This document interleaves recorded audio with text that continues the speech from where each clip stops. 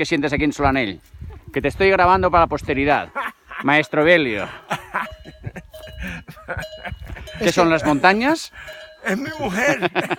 Es todo, la compañía, la energía telúrica. No, pero sí, porque mira, cuando volvamos al pueblo, verás que hay 3 cuadros que están relacionados con Cuba.